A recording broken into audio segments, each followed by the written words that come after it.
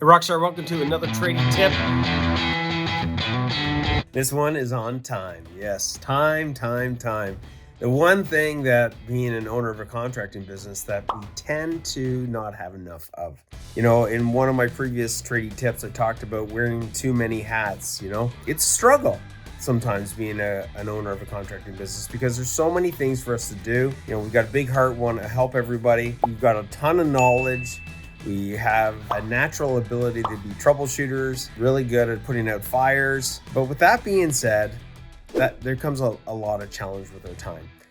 And one of my tips for you today is about really thinking about the value of your time. It's not about being busy. And what do I mean by that? There's no question being an owner of a contracting business that you've got a ton to do. You got more than probably a full day's worth of things that you could be focusing in on, helping out on, trying to improve. But if we don't slow down to speed up and really identify the value of our time, what ends up happening is, number one, we don't value it. If we don't really get clarity of where our time should be spent and how valuable we are, within a blink of an eye, all of a sudden we look back at our week, and maybe it's a blur for you, but you look back and start identifying some of the things that you ended up doing. Could have been putting out some of those fires, maybe preventing some of those fires. Some of those activities could have been delivering material, picking up checks from clients.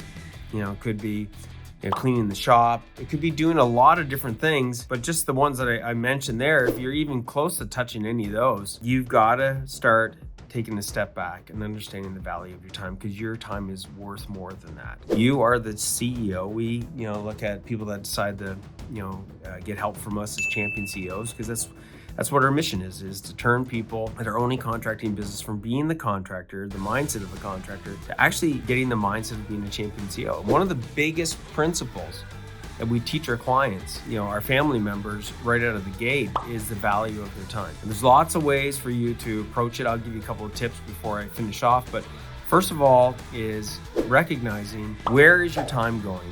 So you can put some form of a value to it. And so the first step that I'd want you to consider, and even just think about yesterday, don't worry about all last week or the week before and doing what I call as a time audit.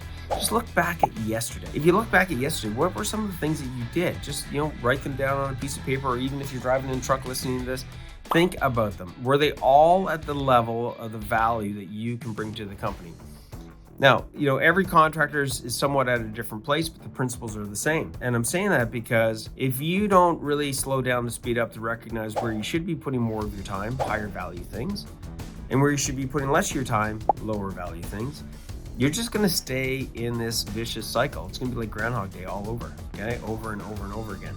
So number one, slow down the speed up by taking an audit, okay? A reflection of where was your time spent yesterday and what were some of the things that honestly was not worth your time. Then what we got to look at is, okay, Andrew, now that I've highlighted those things, now what do you do? Well, now pick just one of those things and determine how can you delegate that. If it was picking up material and delivering it, maybe one of the best solutions is leveraging your suppliers. Get them to deliver it. I mean, man, you're paying them enough money for the materials, especially in today's world. Get them to do some of the heavy lifting for you and deliver the material, okay? If it's cleaning the shop and stocking shelves as far as inventory, maybe, at the shop or in the trucks, or even cleaning the trucks, hire somebody that's minimum wage or a little bit above minimum wage, because that's a task that's way below your pay grade. And start replacing it with maybe, engaging more with your clients, focusing more on your financials, making more decisions that are data-driven versus assumptions, focusing more on leadership skills. There's so many things that you can do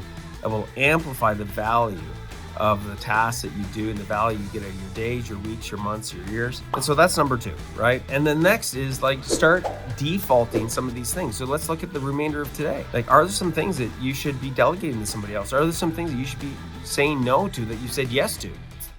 Really get focused on the value of your time. You are the CEO of a contracting company, no matter how big, no matter how small, no matter how long you've been in business.